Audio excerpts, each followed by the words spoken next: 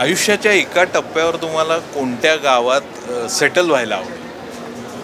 अशी बरीच गावं आहेत. म्हणजे आत्ताच आम्ही इथं कोकणात एका चित्रपटाचं शूटिंगला गेलो होतो. अंजरले आणि तो सगळा पट्टा होता. तर तिथे शांतता, एकतर मोबाईलला रेंज नाही, समोर समुद्र, नारळी आणि पोफळीच्या बागा आणि निवांत जगणं, म्हणजे शांतता पूर्ण.